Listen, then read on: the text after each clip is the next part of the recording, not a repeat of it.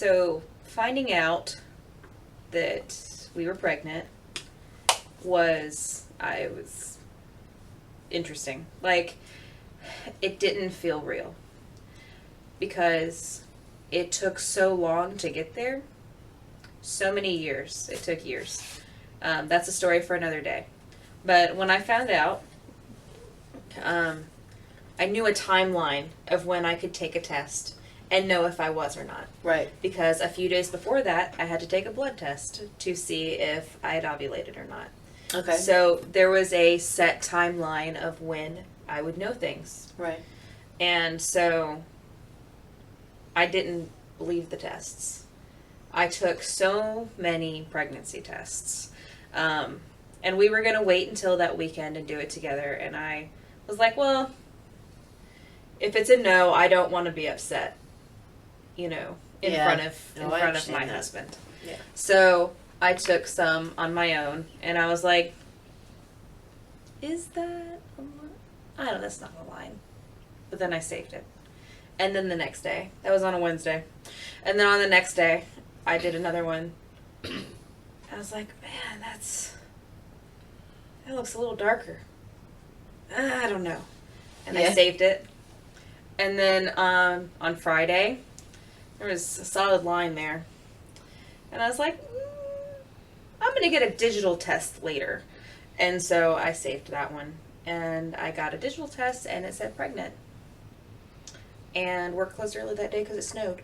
So when I got the stuff at the store, this was probably the most celebratory thing that we did until we did a gender reveal.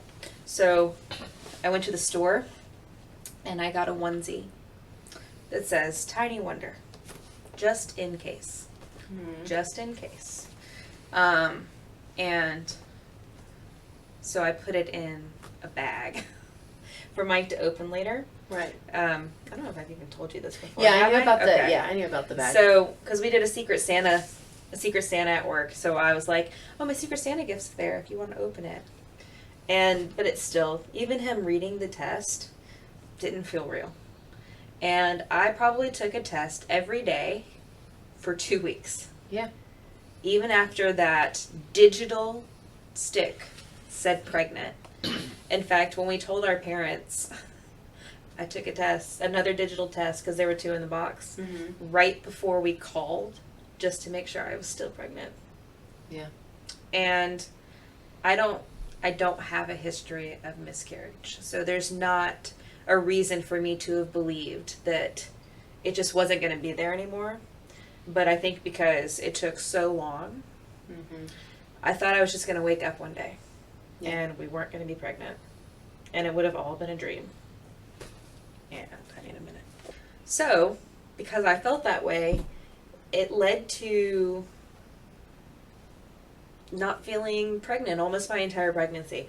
I didn't have morning sickness. I didn't have pregnancy symptoms at all. I took medication that made my blood sugar drop. Because I was pregnant, it made my blood sugar drop. So I would be starving, but it wasn't morning sickness. It was literally a side effect of medication. Even now, hearing the heartbeat for the first time, I do think there were some tears that streamed down. Because it was validation that I wasn't crazy and that I was, Yeah. But then we thought we were a week further than we were. So then they were like, well, we can't confirm it yet because it was only 6 weeks. Oh, right. So we had to go back for them to confirm it. 2 weeks later? I think it was 2 weeks later. Between that time, we had family vacation, so we went ahead and told the rest of the family. But the rest of my pregnancy, I just didn't... I don't know if it's that I didn't let myself feel pregnant or that I just didn't feel pregnant. It could be that I just didn't let myself. And I think the first time that I really felt pregnant, I guess, that was really we really are having a baby, is when we found out that it was a girl. Right.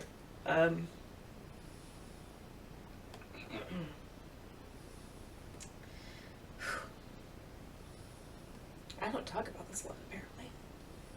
I don't think it would matter even if it did. So, I think the first time it was actually real was when I saw tears in my husband's eyes when he found out we were having a girl. Like, that was real. That was, like, the whole time it was real, obviously.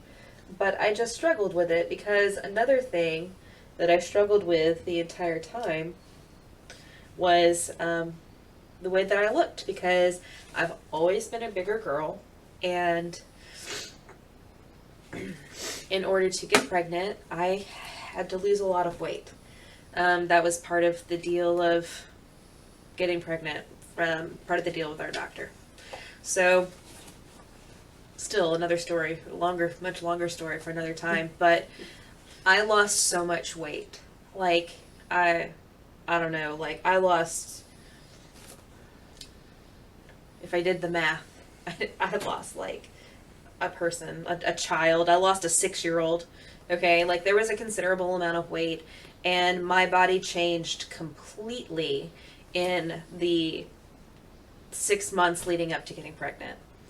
And so I didn't have plus size clothes anymore. I didn't have clothes that were too big because I felt like if I had clothes that were too big, then I would be tempted to want to wear them again. And to let myself regress in this progression towards a goal of having a baby. And so I couldn't, that's one of the reasons I got rid of my clothes, is because having those clothes was a reminder of a time that I couldn't have a baby. Yeah. So I got rid of them. And then when they started to not fit anymore, I really struggled emotionally with that. And you can find things about like coping with gaining weight. And part of it was buying the expensive maternity clothes because they made me feel better about, you know, my growing body. And the other thing that made me feel better was I wore very body contouring clothes the entire time. Yeah. And because I didn't want people to think I was fat, for lack of a better term. Like, it's just a struggle I've always had because I didn't grow up body positive. I never had a positive view of my body. Not overall, you know, there were times. Yeah. But yeah, so that was my two biggest struggles were just not believing it was real until we were halfway through. Right. And then struggling with my growing body. Now, I only gained 15 pounds overall until the end. I had a very healthy pregnancy the entire time. There was always the risk of gestational diabetes, so I had to take 3 of the glucose tests because the first time I failed. But then I was fine. I never developed gestational diabetes. But in week 36, I guess my blood pressure started to get high because I have low blood pressure, really low numbers normally. And so then it was higher than I was okay with. So then week 37, I was like, that's really high. And they told me, well, that's within pregnancy range. I was like, you don't understand. Yeah. These are my numbers, and this is what you just gave me, or told me that they are. And they're like, ooh, I had developed preeclampsia. And so we went through hypnobirthing, and I planned to have this completely natural, pain-free, or, well, hopefully pain-free, but like medicine-free birth.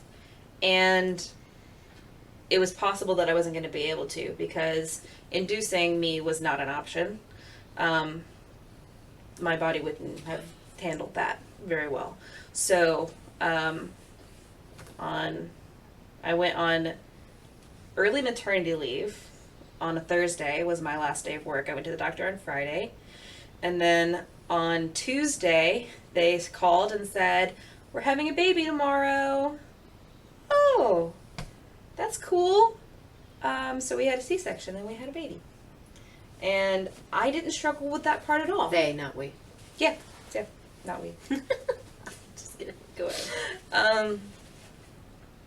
But I felt my husband was so worried that I was just going to be so emotional and upset about having a C-section. And I wasn't. Like, I was like, okay, we're going to have a C-section. That's okay. And we're going to have a baby. And Did you mentally prepare for that possibility anyway, though, or? I did, just in case. Yeah. Because she was big. Not as big as your boy. But had 3 hours. Had we gone full term, because I had known, Right. I had known since 30 weeks that they were not going to let me go past 39 weeks, based on her growth. Based on her growth. Right. That they were not going to let me go past 39 weeks. So I knew that it was a possibility for at least, I knew several weeks ahead of time. Okay. That it was a possibility. And I was okay with that. If that was the safe way for her to be here, I was okay with that. The only thing I was scared of was the giant needle that they put in my back. Sure. But I had to, there's no other option when you have a C-section, though. Right. You're getting a giant needle in your back. And just fingers crossed for a anesthesiologist that's really good at distracting you. And it was great. We had a great experience. My husband did almost pass out. He got crackers and juice while we were in pre-op because he had literally been up for over 24 hours at that point, doing a work project so he could stay home because he was a contractor at the time. Right. So, but the only thing was we had to call the parents, so the in-laws came and stayed with the cats, and we were ready, though. Everything was ready. We just didn't have a baby yet. So when we left that day, everything was ready. It had been ready for a few weeks. Yeah. And all we needed to do was bring this human home.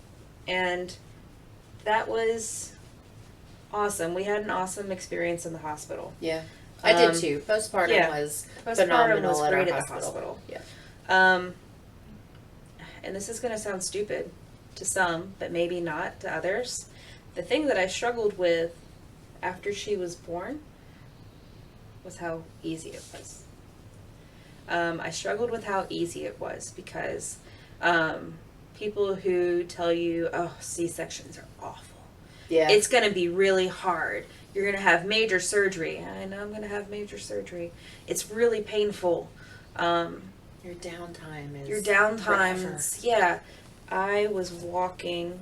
They make you get up. Everybody who has a C-section, 12 hours later, you have to get up. TMI, but you have a catheter. They have to take the catheter out 12 hours later. Yeah. So they pull the catheter out, and they have you stand up and walk. So the hardest part was standing up for the first time. Oh, I'm sure. Yeah. They cut through your muscles, so a little frustrating that your muscles are like, I don't know what to do. But, other than that, I was walking around. I had my robe and my slippers on, and I was fine. And it's like that wasn't okay. Like even like after I got home, some people have a good experience in the hospital, but when they get home, it's hard because they're home, they're by themselves, I did have people, my husband was home, we were in the hospital for 4 days, and then my husband was home for 3 weekdays, and then he had to go back to work. So, we had those 3 days of just us at home. 3.5 days, I guess, because we got released early from the hospital, like in the middle of the afternoon, so we had that evening together. Okay. But then, my in-laws came back in those 2 days when he had to go back to work. And then the next week my mom came because I wasn't cleared to drive. Right. And I'm grateful that they were there and they helped and they got to love on their granddaughter. But I didn't need their help. And that made me feel bad that they were there because I didn't really need them to do anything for me. Like, I felt bad that they had driven to us and, like, used gas and money and time, and because I didn't need their help.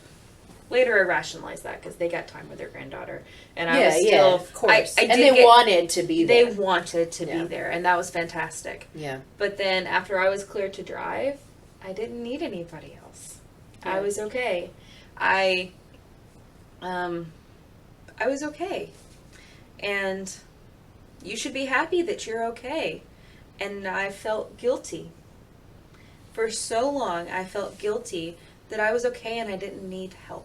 I understand what you're saying. It's like, if people make you feel like because you didn't struggle in some way, right, whether it's when your baby's still in your belly, or like postpartum or whatever, it's like somehow something's not right. Right.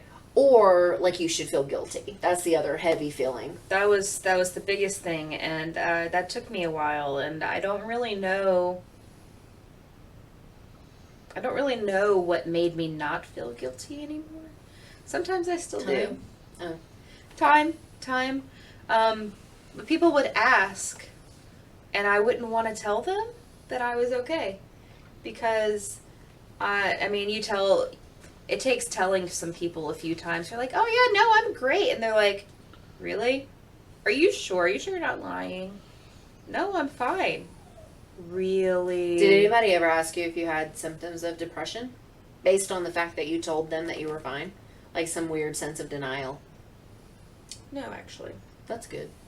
But I questioned it every time we went to the pediatrician's office, because they make the moms take that little couple questions. Yeah, those couple I had to questions. do those too. Like, sometimes I would sit there and I would think about it just to make sure. And I don't think I had anybody personally ask that. That's good.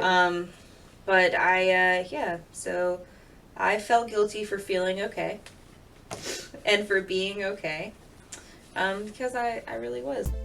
Hey moms, thanks for stopping by and checking out this installment of Humanizing Moms. If you like what we're doing, let us know by hitting the like button or commenting below. To check out more of the series, make sure you subscribe to our channel and hit the bell to get notified when the next installment is up. Thanks again for stopping by, and we'll see you next time.